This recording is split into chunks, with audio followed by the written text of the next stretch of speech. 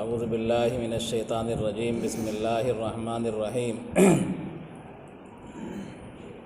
وسبعۃ اذا فمن لم یجد فصیام ثلاثۃ ایام فی الحج وسبعۃ اذا رجعتم تلک عشرۃ کاملہ ذلک لمن لم یکن اہلہ حاضر المسجد الحرام واتقوا اللہ واعلموا ان اللہ شدید العقاب۔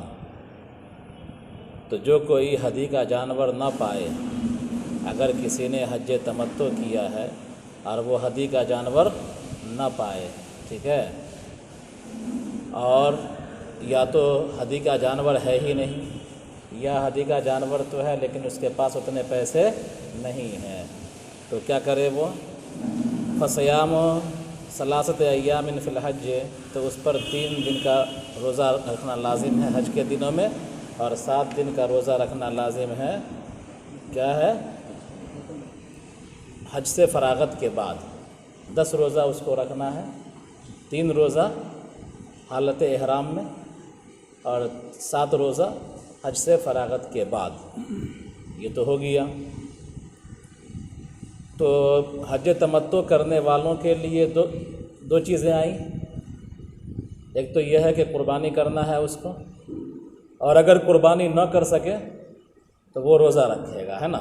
یا تو حج تمتع کرنے والا قربانی کرے گا، اور قربانی نہ کر سکے تو کیا کرے گا؟ وہ روزہ رکھے گا، جس میں سے 3 روزہ حالت احرام میں ہونا چاہیے، اور 10 سے پہلے، اور 7 روزہ کیا ہے؟ حج سے فراغت کے بعد ہونا چاہیے، چاہے جہاں بھی رکھے، حج سے فراغت کے بعد چاہے جہاں رکھے، عرب ہی میں رکھ لے یا ہندوستان آ کر کے رکھ لے، جہاں بھی رکھے 10 روزہ اس کو پورا دینا ہے، ٹھیک ہے؟ ایک چیز ہوئی ہے۔ اب دیکھیے، ذالک لمن لم یکن اہلہ حاضر المسجد الحرام، کہ یہ حکم جو مذکور ہوا ہے اوپر، یعنی ہدی کا جانور قربان کرنا، یا اگر جانور میسر نہیں ہے تو روزہ رکھنا، کس کے لیے؟ حج تمتع کرنے والے کے لیے۔ تو یہ کون سے افراد ہیں جو تمتع کریں گے تو ان کو قربانی دینی پڑے گی یا روزہ رکھنا پڑے گا؟ تو اس کے بارے میں فرمایا لمن لم یکن اہلہ حاضر المسجد الحرام، یہ ان لوگوں کے لیے ہے جو مسجد حرام میں رہنے والے نہ ہوں، مسجد حرام کے ارد گرد رہنے والے نہ ہوں، سمجھا؟ یعنی آفاقی لوگ ہوں، کیا ہوں؟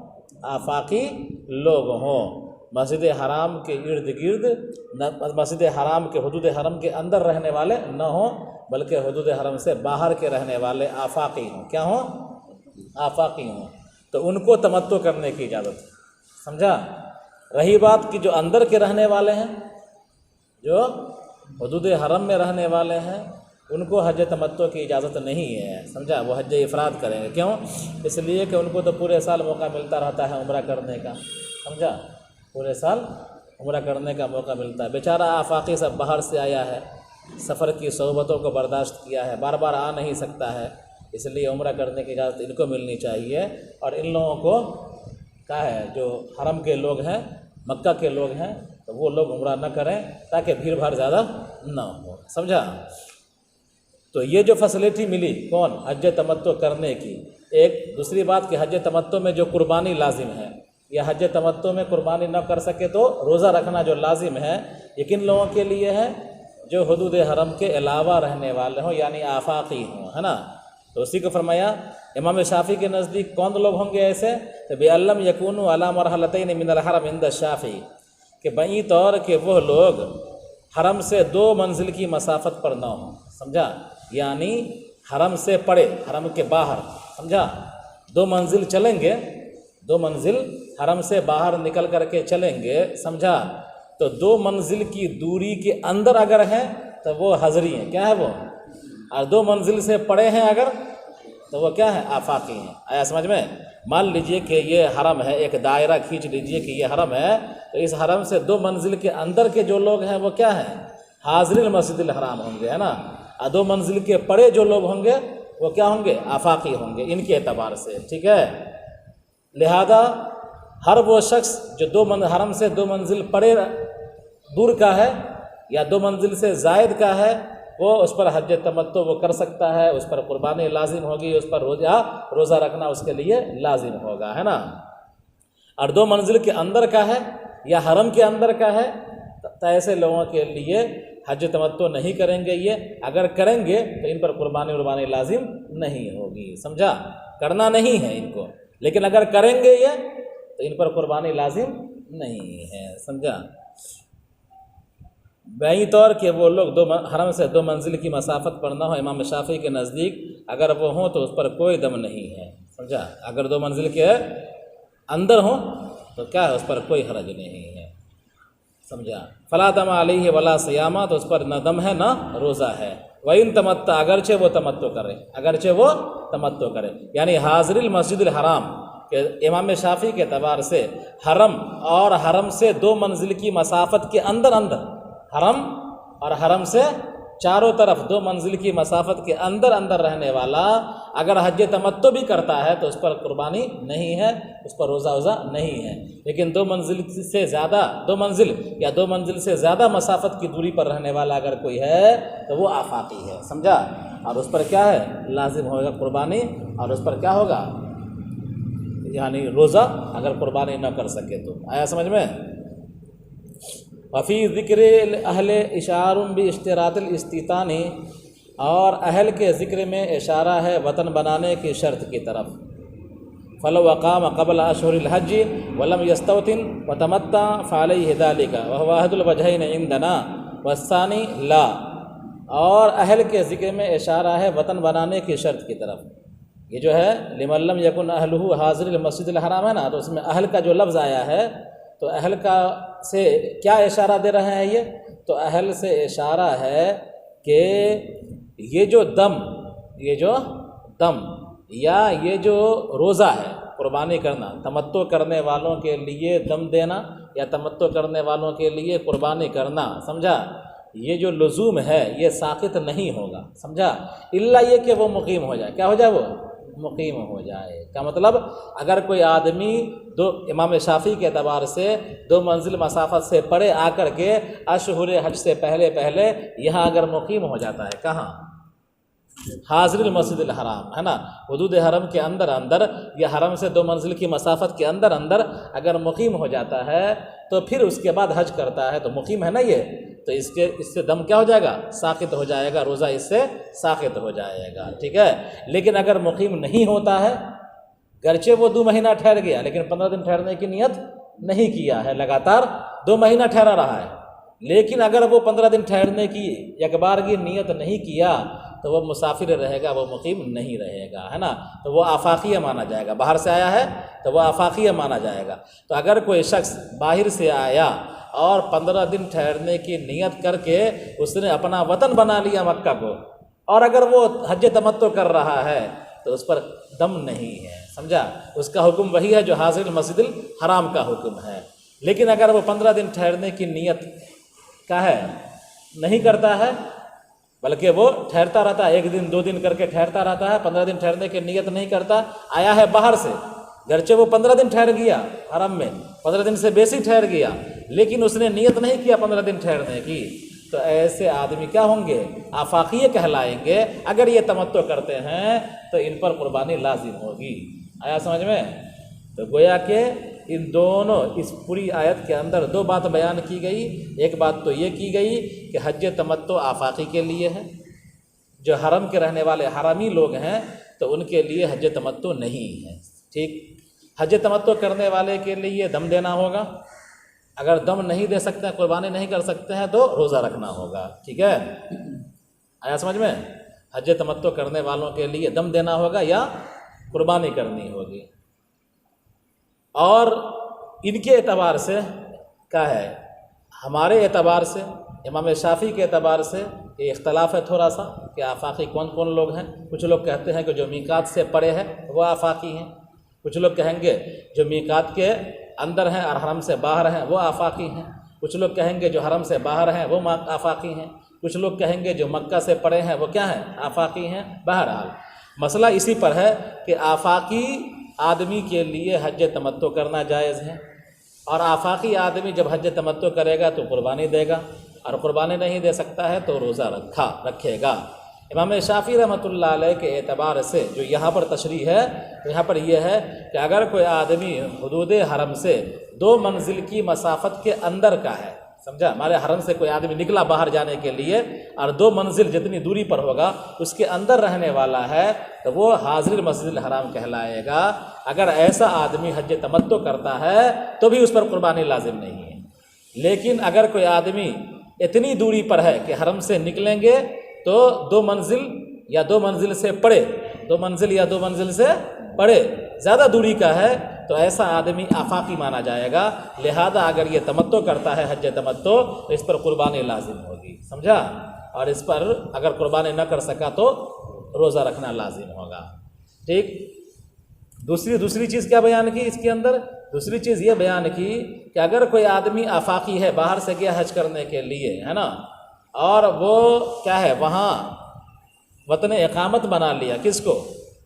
حدود حرم کو وطن اقامت بنا لیا، 15 دن اگر ٹھہرنے کی نیت کر لیتا ہے تو وہ حاضر المسجد الحرام کے حکم میں ہو جائے گا، لہذا وہ حج تمتع کرتا ہے تو قربانی نہیں کرنی پڑے گی اس کو، ٹھیک ہے؟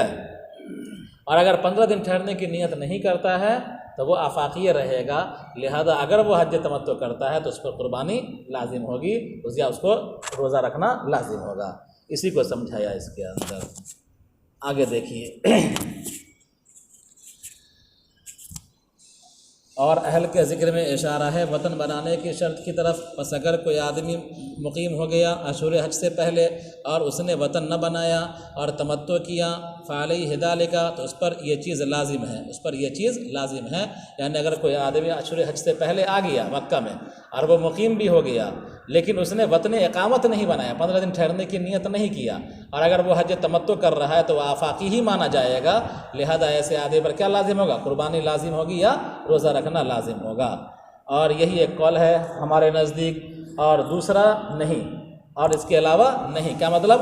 کہ اگر کوئی آدمی 15 دن ٹھہرنے کی نیت کر لیتا ہے اور پھر وہ حج تمتع کرتا ہے باہر سے آنے والا تو کیا ہوگا؟ اس پر دم دینا لازم نہیں ہوگا، قربانی لازم نہیں ہوگی اس پر۔ والاہل کنایۃ عن النفس، اور اہل سے کنایا ہے، اہل کنایا ہے نفس سے۔ والحق بالمتمتع فیما ذکر بالسنۃ القارن۔ اور دیکھیے 22 نمبر حاشیے میں دیکھیے کہ حاضر مسجد الحرام سے مراد کون کون ہیں؟ امام مالک کہتے ہیں کہ وہ اہل مکہ ہیں۔ کیا کہتے ہیں؟ وہ اہل مکہ ہیں۔ امام طحاوی نے اسی کو پسند کیا۔ طاؤس کہتے ہیں کہ وہ اہل حرم ہیں۔ ابو حنیفہ کہتے ہیں کہ وہ میقات والے ہیں، میقات کے اندر رہنے والے حاضر مسجد الحرام۔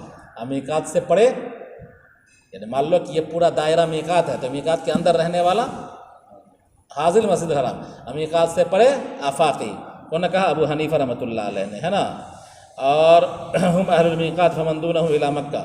وقال الشافعی ہم من کان علی مکہ دون مسافت القصر، ہے نا، وہی مرحلتان۔ امام شافعی کے نزدیک حرم سے 2 منزل کی مسافت اگر ہے، 2 منزل کے اندر کا ہے تو وہ کیا ہے؟ حاضر مسجد الحرام، اور 2 منزل سے پڑے کا ہے تو وہ کیا ہو جائے گا؟ آفاقی، ہے نا۔ تو یہ ساری صورتیں ہیں۔ اور متمتع کے ساتھ لاحق کیا گیا ہے مذکورہ چیزوں میں حدیث کے ذریعے سے قارن کو بھی۔ اور قارن کون کہلائے گا؟ جو احرام باندھے عمرے کے ساتھ، عمرہ اور حج کا ایک ساتھ، یا حج کو داخل کرے عمرے پر طواف سے پہلے پہلے۔ یعنی ایک آدمی حج اور عمرے کا ایک ساتھ احرام باندھا، احرام تو ایک ہی کپڑا باندھے گا لیکن اس نے نیت دونوں کی، کیا ہے؟ عمرہ اور حج دونوں کی، تو اب اس کا احرام نہیں کھلے گا تاکہ وہ عمرہ بھی کر لے اور حج بھی کر لے، ہے نا۔ تو ایسا آدمی قارن کہلائے گا۔ یہ سب سے مشقت والا حج ہے، اس لیے کہ اس میں بہت زیادہ پابندی کرنی پڑے گی نا۔ اور تو ایک صورت تو یہ ہے کہ، اور دوسری صورت یہ ہے کہ احرام تو باندھا عمرے کا، احرام باندھا عمرے کا، لیکن طواف کرنے سے پہلے پہلے کیا کر لیا؟ وہ کیا ہے؟ حج کی بھی نیت کر لیا، حج کی بھی نیت کر لیا، تو حج کو عمرے پر داخل کر لیا، تو ایسا آدمی بھی کیا ہو جائے گا؟ قارن ہو جائے گا۔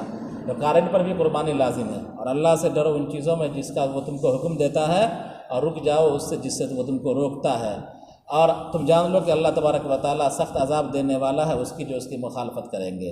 تو اللہ سے ڈرو ان چیزوں میں جس کا وہ تم کو حکم دیتا ہے اور تم کو اس سے روکتا ہے، اور تم جان لو کہ اللہ تعالیٰ سخت عذاب دینے والا ہے اس کے دین کی مخالفت کرنے والوں کو۔ الحج اشہر معلومات شوال وذو القعدۃ وعشر لیال من ذی الحجۃ وقیل کلہ فمن فرض علی نفسہ فیہن الحج بالاحرام بہ فلا رفث جماع فیہ ولا فسوق معاصی ولا جدال خصام فی الحج وفی قراءۃ بفتح الاولیین والمراد فی الثلاثۃ النہی وما تفعلوا من خیر کصدقۃ یعلمہ اللہ فیجازیکم بہ۔ حج الحج وقتہ اشہر معلومات، حج کے اوقات متعینہ مہینے ہیں، حج کے اوقات متعینہ مہینے ہیں۔ تو جو کوئی ان مہینوں میں اپنے آپ پر حج کو فرض کر لیا، بئی طور کے احرام باندھ لیا، تو اب اس میں نہ جمع ہے، حالت احرام میں نہ جمع کر سکتا ہے اور نہ گناہ کر سکتا ہے اور نہ جھگڑا ہے نا حج کی حالت میں۔ تو دیکھیے الحج کے بعد وقتہ نکالا، کیا نکالا؟ الحج کے بعد وقتہ نکالا، وقتہ نکال کر بتلایا کہ الحج سے پہلے وقت محذوف ہے، کیا ہے؟ وقت الحج، کیا عبارت بنے گی؟ وقت الحج اشہر المعلومات، وقت الحج اشہر المعلومات۔ ایسا کیوں کہا؟ ایسا اس لیے کہا کہ الحج تو مصدر ہے نا، اور مصدر کا حمل ذات پر درست نہیں ہے، مصدر کا حمل اشہر پر درست نہیں ہو سکتا، اس لیے کیا کر دیا؟ مصدر سے پہلے وقت نکال دیا ہے نا۔ اب یہ مضاف مضاف الیہ سے مل کر کے مبتدا بن جائے گا اور اشہر المعلومات کیا بن جائے گا؟ خبر بن جائے گا۔ تو حج کے اوقات کیا ہے؟ متعینہ مہینے ہیں، اور وہ کون کون ہیں؟ شوال ہے، ذوالقعدہ ہے اور ذی الحجہ کے 10 دن ہیں۔ وقیل کلہ، بعض لوگوں نے کہا ہے کہ پورا ذی الحجہ، بعض لوگوں نے کہا ہے کہ پورا ذی الحجہ۔ اب سوال یہ پیدا ہوتا ہے کہ حج تو ہوتا ہے 3-4 دن، 9 تاریخ سے حج شروع ہوتا ہے، 8 تاریخ سے مان لیجئے حج کا عمل شروع ہو جاتا ہے، 9-10 یہ دن تو حج ہوتا ہے، 11-12 رمی ہوتی ہے نا۔ تو کیا ہے؟ تو حج تو 3-4 دن میں مکمل ہو جاتا ہے، نمٹ جاتا ہے، لیکن یہ اتنا دن شوال، ذی القعدہ، ذی الحجہ ہے نا، اشہر معلومات ان کو کہا گیا ہے کہ یہ حج کے مہینے ہیں۔ تو کس اعتبار سے حج کے مہینے کہا گیا ہے؟ تو حج کے مہینے سفر کے اعتبار سے کہا گیا ہے نا، احرام کے اعتبار سے کہا گیا ہے۔ یعنی اگر کوئی آدمی شوال میں کیا ہے عید کی نماز پڑھا اور عید کی نماز پڑھ کے اور احرام باندھ کر کے نکل گیا مکہ کے لیے تو وہ کر سکتا ہے نا۔ لیکن اگر کوئی آدمی حج کی نیت سے رمضانے میں نکل گیا، حج کی نیت سے شعبانے میں نکل گیا، یا حج کی نیت سے رجبی میں نکل گیا احرام باندھ کر کے، تو اس کا احرام درست نہیں۔ آیا سمجھ میں آ گیا کہ اشہر معلومات کا مطلب کیا ہوا؟ کہ ان دنوں میں یعنی شوال، فرسٹ شوال سے لے کر کے وہ سفر کر سکتا ہے احرام باندھ کر کے حج کا ہے نا، اور فرسٹ شوال سے پہلے چاہے وہ 30 رمضان ہی کیوں نہ ہو، 28 رمضان ہی کیوں نہ ہو، وہ احرام کی حالت میں نکل نہیں سکتا ہے احرام باندھ کر کے، یا احرام باندھ کر کے نیت کرتے ہوئے تلبیہ پڑھتے ہوئے وہ حج کے لیے جا نہیں سکتا، سفر نہیں کر سکتا ہے، سمجھا؟ جائے مکہ جائے، سعودیہ جائے، وہ الگ بات ہے، لیکن حج کا سفر جو ہوگا وہ کیا ہوگا؟ حالت احرام میں جو حج کا سفر ہوگا یا احرام باندھنے کا جو عمل ہوگا وہ شوال ہی سے شروع ہوگا، شوال سے پہلے نہیں، سمجھا؟ ہاں عمرے کے لیے آپ جب چاہیں احرام باندھ کر کے جائیں، کوئی دقت نہیں۔ تو جو شخص اپنے آپ پر ان مہینوں میں حج کو فرض کر لیا احرام باندھ کر کے، تو احرام کی حالت میں نہ تو جمع ہے اور نہ ہی گناہ ہے اور نہ ہی جھگڑا ہے حج کے دوران۔ فی قراءۃ بفتح الاولیین، اور ایک قراءت کے مطابق پہلے دونوں کے فتح کے ساتھ ہے، یعنی رفث اور فسوق ان دونوں کے فتح کے ساتھ ہے، اور تیسرے کا ضمہ ولا جدالو ہے نا۔ ابھی جو نسخہ ہے آپ کے سامنے اس میں تینوں پر زبر ہے، لا رفث ولا فسوق ولا جدال، لیکن ایک قراءت یہی بتلا رہے ہیں یہ کہ 2 میں تو زبر ہے، لا رفث ولا فسوق، اور لا جدالہ جو ہے اس میں زبر نہیں ہے بلکہ وہ لا جدالو ہے نا۔ اور بھی لوگوں نے اس کی قراءت بیان کی ہے، بعض لوگوں نے کہا ہے کہ تینوں پر رفع بھی پڑھ سکتے ہیں، لا رفث ولا فسوق ولا جدال ہے نا، اس طرح بھی پڑھا جا سکتا ہے۔ بعض لوگوں نے کہا ہے کہ 2 پر زبر اور 1 پر پیش، اور بعض لوگوں نے یہ بھی کہا ہے کہ 2 پر پیش اور 1 پر زبر ہے نا۔ تو مختلف قراءتیں ہیں، بہرحال یہاں انہوں نے یہ بتلایا ہے کہ بفتح الاولیین کہ پہلے 2 پر فتحہ بھی پڑھ سکتے ہیں اور تیسرے پر رفع بھی۔ والمراد فی الثلاثۃ النہی، اور مراد تینوں میں نہیں ہے، یعنی استعمال تو کیا گیا ہے جملہ منفیہ، نفی استعمال کیا گیا ہے، لا رفث ولا فسوق ولا جدال، یعنی حج کے دوران نہ رفث ہے اور نہ فسوق ہے اور نہ جدال ہے، حج کے دوران نہ رفث ہے یعنی نہ جمع ہے اور نہ ہی فسوق ہے اور نہ ہی جدال ہے، حالانکہ حج کے دوران کبھی جھگڑا بھی ہو جاتا ہے، حالانکہ حج کے دوران کبھی آدمی میاں بیوی رہتے ہیں اور پھر جمع بھی کر لیتے ہیں، سمجھا؟ اور اللہ تبارک و تعالیٰ کہہ رہا ہے کہ حج میں یہ سب نہیں ہوتا ہے، تو مطلب کیا ہوا اس کا کہ یہ نفی برائے نہیں ہے، کیا ہے؟ نفی ہے، بشکل نفی ہے، لیکن ہے اصل میں نہیں، کہ لا ترفثوا، سمجھا؟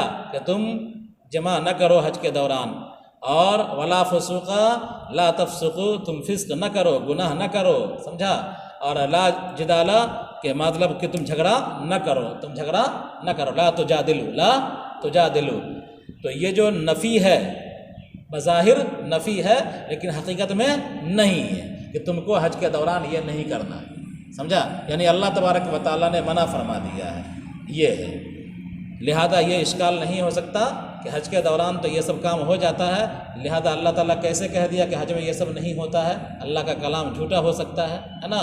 تو یہ اعتراض نہیں کیا جائے، اس لیے کہ نفی جو ہے یہاں پر نہیں کے معنی میں، کس معنی میں ہے؟ نہیں کے معنی میں ہے۔ تو لا رفثا لا ترفثوا کے معنی میں، لا فسوقا لا تفسقوا کے معنی میں، لا جدالا لا تجادلوا کے معنی میں۔ وما تفعلوا من خیر کصدقۃ یعلمہ اللہ، اور جو خیر بھی کرو گے جیسے کہ صدقہ خیرات وغیرہ، اللہ اس کو جانتا ہے، وہ اس پر تم کو بدلہ دے گا۔ بات ختم ہوئی۔ وَنَزَلَ فِي أَهْلِ الْيَمَنِ وَكَانُوا يَحُجُّونَ بِلَا زَادٍ فَيَكُونُونَ كَلًّا عَلَى النَّاسِ وَتَزَوَّدُوا مَا يُبَلِّغُكُم بِسَفَرِكُمْ فَإِنَّ خَيْرَ الزَّادِ التَّقْوَىٰ مَا يُتَّقَىٰ بِهِ سُؤَالَ النَّاسِ وَغَيْرَهُ وَاتَّقُونِ يَا أُولِي الْأَلْبَابِ ذَوِي الْعُقُولِ۔ اور یہ آیت نازل ہوئی یمنیوں کے سلسلے میں کہ وہ لوگ بغیر توشے کے حج کیا کرتے تھے، گھر سے اللہ اللہ کا کر کے نکل گئے، ہے نا؟ اور پھر کھانے پینے کا سامان نہیں لیا، نکل گئے گھر سے۔ فَيَكُونُ كَلًّا عَلَى النَّاسِ، تو یہ لوگوں پر بوجھ ہو جایا کرتے تھے، ہے نا؟ کہیں پر گش کھا کر کے گر رہے ہیں، کہیں بھوک سے چکرا کے گر رہے ہیں، تو لوگوں پر بوجھ ہو جاتے، لوگوں کو کھلانا پلانا پڑتا تھا ان کو، یمنیوں کو۔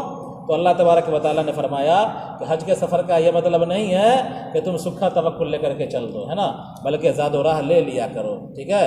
توشہ لے لیا کرو، اس لیے کہ توشہ نہیں لوگے تو ہاتھ پھیلانا پڑے گا لوگوں کے سامنے، اور ہاتھ پھیلانا تو خراب چیز ہے، اچھی چیز نہیں ہے، لہذا اپنے گھر سے توشہ لے لیا کرو۔ تو فرمایا وما تفعلوا من خیر یعلمہ اللہ، اور جو خیر بھی کرو گے اللہ تبارک و تعالیٰ اس کو جانتا ہے، فیجازیکم بہ، اس پر تم کو بدلہ دے گا۔ یہ یہاں پر ایک بات چھوٹ گئی تھی کہ ما تفعلوا من خیر ہے نا، تو ما تفعلوا یہ جو ہے جملہ فعلیہ ہے، اوپر جو آیا لا رفث ولا فسوق ولا جدالا، یہ کیا ہے؟ نفی، بصورت نفی ہے، مانن نہیں ہے، تو یہ جملہ کیا ہو گیا؟ انشائیہ ہو گیا، لا رفث لا ترفثوا کے معنی میں، اور لا فسوق لا تفسقوا کے معنی میں ہو گیا، لا جدالا لا تجادلوا کے معنی میں ہو گیا۔ تو یہ صورتاً تو نفی ہے لیکن حقیقتاً نہیں ہے، تو نہیں جملہ انشائیہ ہوتا ہے، تو ما تفعلوا کا عطف کیسے ہو گیا؟ سمجھا؟ تو ما تفعلوا افعلوا کے معنی میں کر لو، اس کو ما تفعلوا کس معنی کر لو؟ افعلوا کے معنی میں کر لو، تو یہ بھی جملہ انشائیہ ہو جائے گا۔ اور یمنیوں کے بارے میں یہ آیت نازل ہوئی، وہ لوگ حج کرتے تھے بغیر توشے کے، تو وہ بوجھ ہو جاتے تھے لوگوں پر۔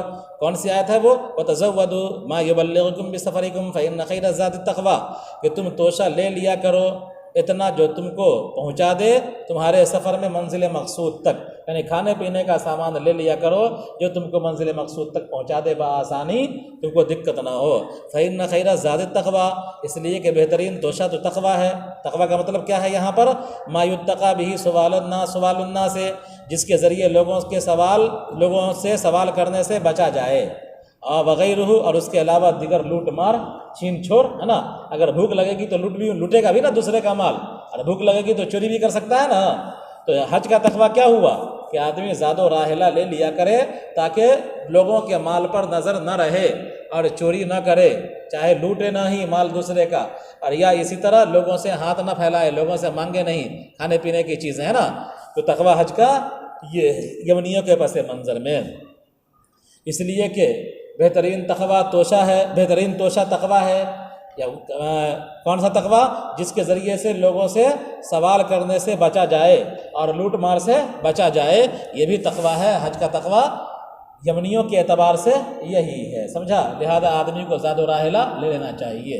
اور آپ اس کو جنرلائز بھی کر سکتے ہیں کہ آدمی حج کو جائے تو اللہ تبارک و تعالیٰ کے دربار میں تقویٰ لے کر کے جائے، ہے نا، یعنی اللہ سے ڈر کر کے زندگی گزار لے، تقویٰ اپنی زندگی میں پیدا کر لے، ہے نا، اور پھر اس کے بعد بیت اللہ جائے حج کرنے کے لیے، تو اپنا توشہ جو مانوی توشہ کیا ہو، مانوی توشہ تقویٰ کا اللہ کے دربار میں لے کر کے جائے، چونکہ مہمان ہے، کیا ہے، حاجی جو ہوتا ہے مہمان حرم ہوتا ہے، مہمان رحمان ہوتا ہے، ضیوف الرحمان کہا جاتا ہے ان کو، تو اللہ کے دربار میں جا رہا ہے، اللہ کا مہمان بن کے جا رہا ہے، تو کچھ تحفہ لے کے جائے، تو وہ تحفہ کیا ہے، تقویٰ کا تحفہ ہے، کہ اپنے زندگی کو سوار کر کے سدھار کر کے جائے بیت اللہ، ہے نا، تو اس کے اعتبار سے مانوی چیز ہو جائے، کیا ہو جائے گی، مانوی چیز ہو جائے گی، اور یمنیوں کے پس منظر میں ظاہری چیز ہو جائے گی، کیا ہو جائے گی، ظاہری چیز ہو جائے گی۔ وَاتَّقُونِ يَا أُولِي الْأَلْبَابِ، اور اے لوگو تم ڈرو مجھ سے، اے عقل مندو تم مجھ سے ڈرو، لَيْسَ عَلَيْكُمْ جُنَاحٌ فِي أَن تَبْتَغُوا تَطْلُبُوا فَضْلًا رِزْقًا مِّن رَّبِّكُمْ بِالتِّجَارَةِ فِي الْحَجِّ نَزَلَ رَدًّا لِكَرَاهَتِهِمْ ذَلِكَ۔ حج کے دوران بعض لوگ تجارت وغیرہ کو ممنوع سمجھتے تھے، ہے نا، کہ حج کرنے کے لیے جا رہے ہیں، تجارت کیسے کریں گے، سمجھا، تو اسی کے تعلق سے یہ آیت ہے کہ مقصود اگر حج ہے، مقصود اگر حج ہے، حج کے سفر سے مقصود اگر حج ہے، اور تجارت ضمنی چیز ہے، تجارت کیا ہے، ضمنی چیز ہے، تو کوئی مضائقہ نہیں، کوئی دقت نہیں، آدمی ایسا کام کر سکتا ہے، سمجھا۔ لیکن اگر مقصود حج نہیں ہے، مقصود تجارت ہے، اور حاجیوں کا بھیس بنا کر کے حرم میں پہنچ گیا ہے، اور اس کا مقصود یہ ہے کہ ہم زیادہ سے زیادہ مال کمائیں، تو یہ ممنوع ہے، کیا ہے، یہ ممنوع ہے۔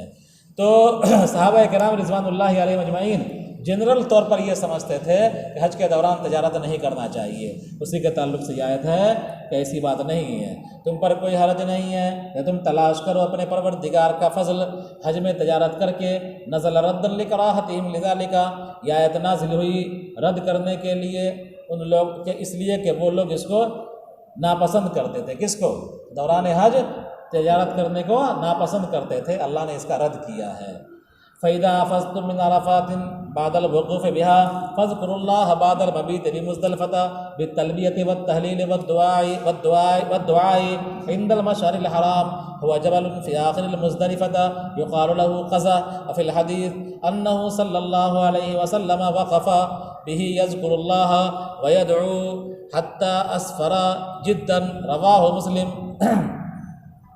اور جب تم لوٹو عرفات سے، جب تم لوٹو عرفات سے، کب، 9 تاریخ کے وقوف کے بعد، 9 تاریخ کے وقوف کے بعد، حج کے احکام چل رہے ہیں کہ جب تم میدان عرفات سے لوٹو، اس میں وقوف کر لینے کے بعد، تو تم اللہ کا ذکر کرو، بعد المبیت مزدلفہ، مزدلفہ میں رات گزارنے کے بعد کیا ذکر کرو اللہ کا، بالتلبیت، خوب پڑھو لبیک اللہم لبیک، والتحلیل، خوب پڑھو لا الہ الا اللہ، اور خوب دعا کرو، ہے نا، کہاں، عند المشعر الحرام، مشعر حرام کے پاس، یعنی مزدلفہ میں عرفات سے واپسی ہوگی، عرفات 9 تاریخ کو جانا ہے، اور ظہر سے لے کر کے سورج غروب نے تک کیا ہے، غروب ہونے سے پہلے پہلے تک وقوف کرنا ہے نا، اور ظہر اور عصر وہاں ساتھ پڑھنی ہے، اور پھر اس کے بعد مزدلفہ کے لیے نکل جانا ہے، مزدلفہ میں عشاء پڑھنا ہے اور مغرب ایک ساتھ پڑھنا ہے نا، تو دونوں جگہ میدان عرفات میں بھی خوب دعا و آہوازاری کرنا ہے، اور مزدلفہ میں ذکر کرنا ہے جہری، ہے نا،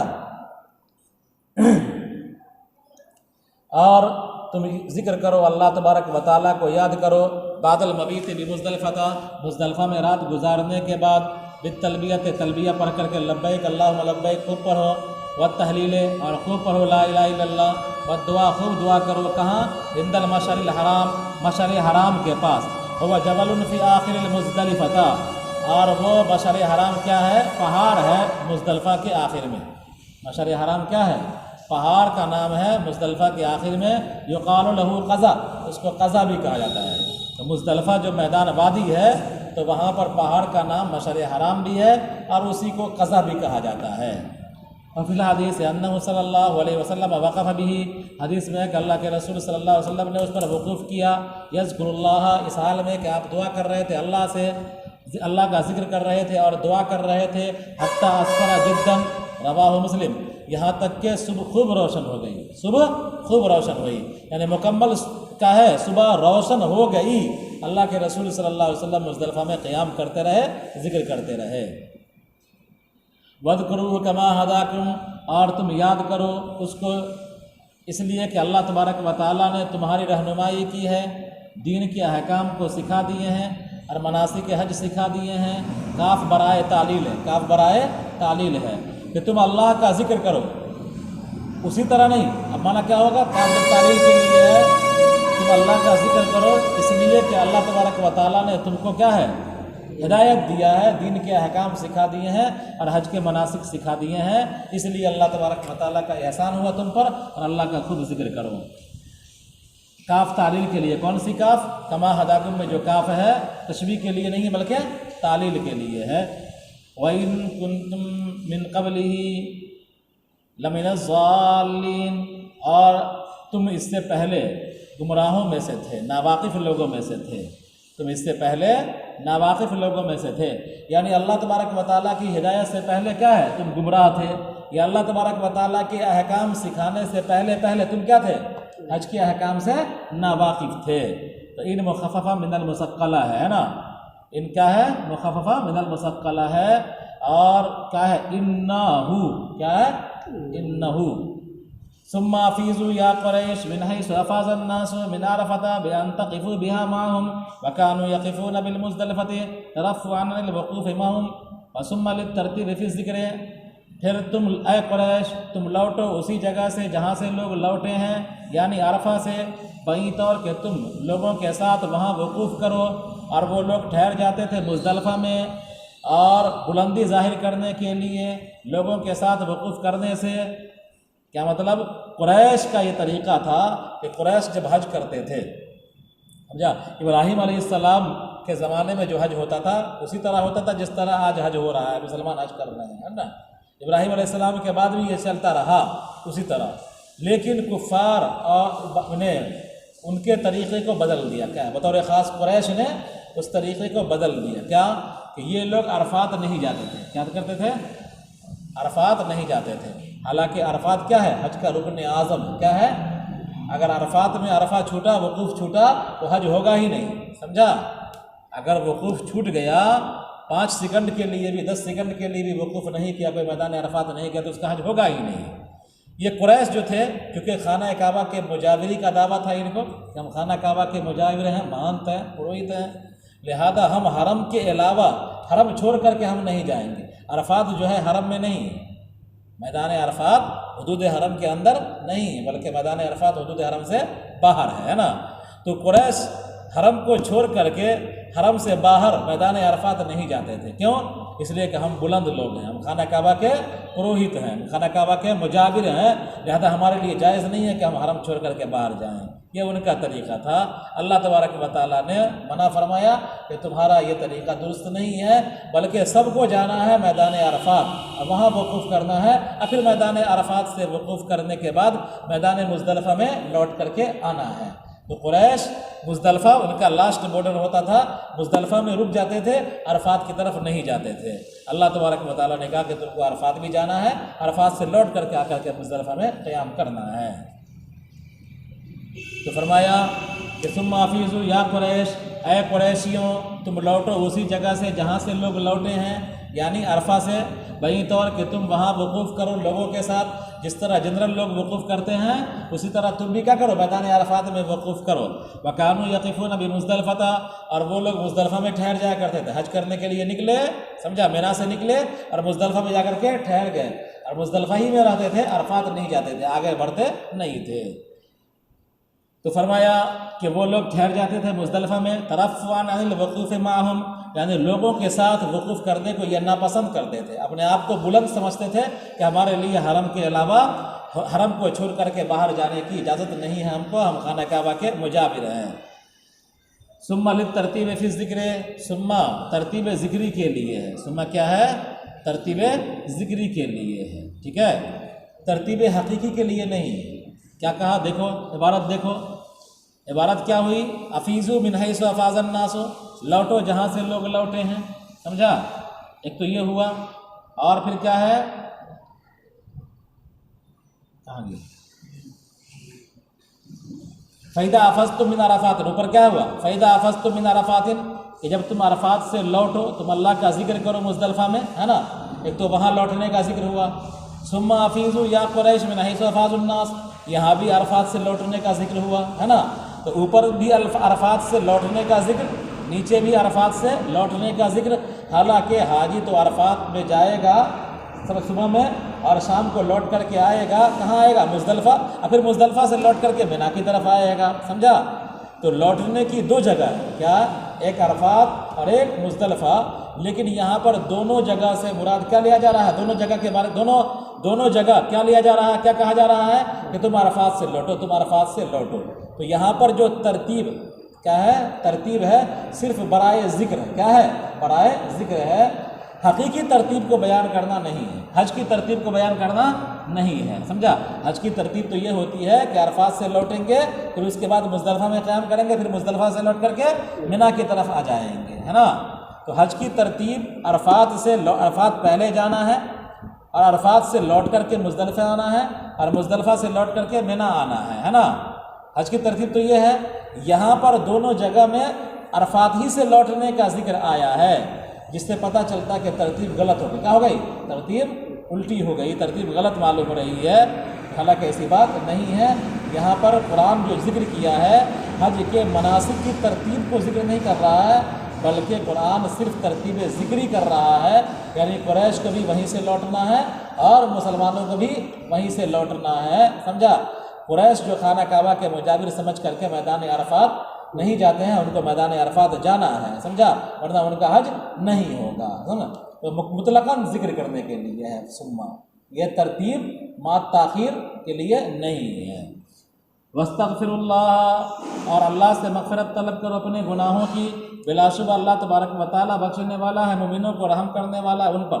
فَإِذَا قَضَيْتُم مَّنَاسِكَكُمْ عِبَادَاتِ حَجِّكُمْ بِأَنْ رَمَيْتُمْ جَمْرَةَ الْعَقَبَةِ وَحَلَقْتُمْ وَطُفْتُمْ وَاسْتَقْرَرْتُمْ بِمِنَىٰ فَاذْكُرُوا اللَّهَ بِالتَّكْبِيرِ وَالثَّنَاءِ كَذِكْرِكُمْ آبَاءَكُمْ كَمَا كُنتُمْ تَذْكُرُونَهُمْ عِندَ فَرَاغِ حَجِّكُمْ بِالْمَفَاخِرِ أَوْ أَشَدَّ ذِكْرًا مِّن ذِكْرِكُمْ إِيَّاهُمْ، اور